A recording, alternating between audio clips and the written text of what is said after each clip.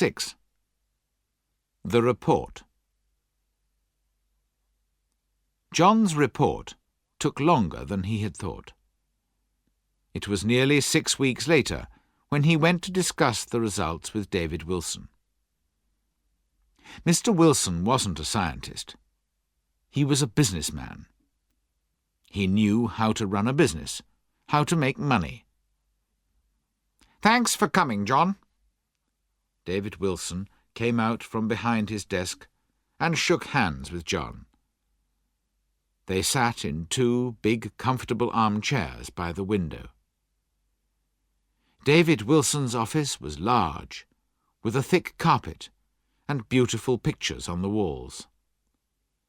From the window, John could see the river and the woods and fields on the other side. He felt comfortable, happy, safe. "I've read your report," Wilson began. Then he stopped and lit a cigarette. "Not very good, is it?" "What?"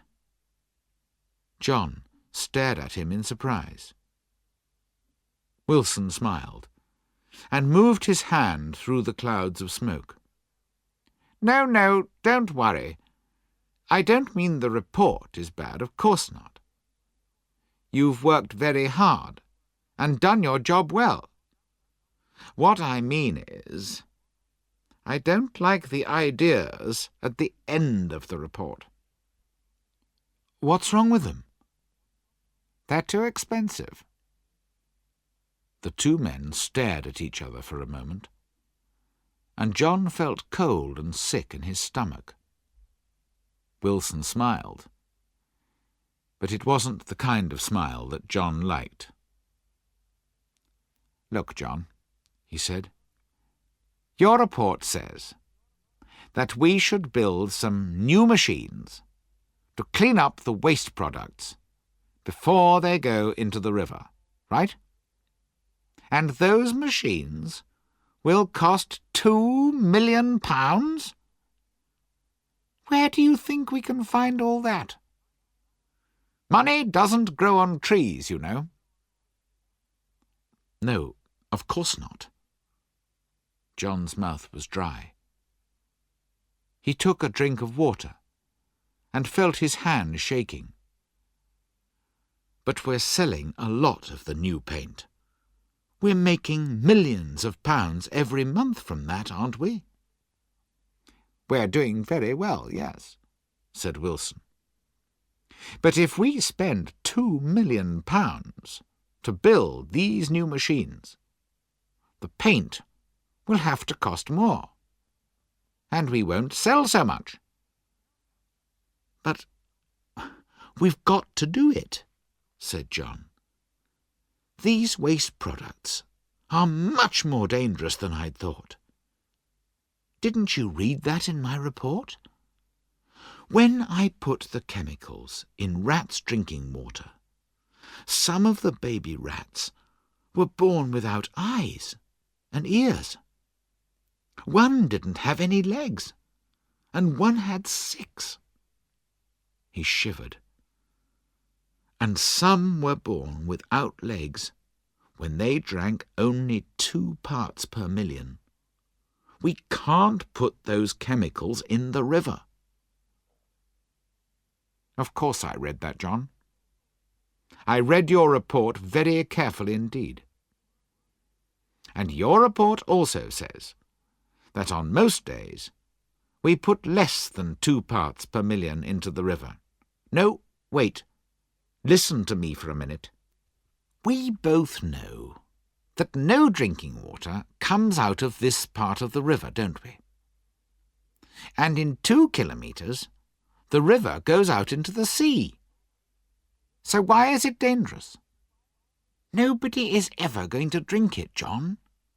We don't need to build these new machines." John thought of his children, sailing on the river in their boat.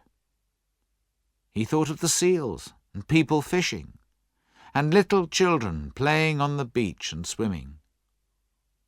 "We've got to build them," he said. David Wilson looked at him carefully. His voice, when he spoke, was very quiet and hard. "Listen to me, John. You're a very good scientist, and we're lucky to have you in this company. But you're not a businessman, and I am. Look at this." He picked up a sheet of paper and held it across the table for John to see. It showed how much money the company had. "We borrowed £10 million last year, and we employed 400 more people. Think how much that means to a small town like this."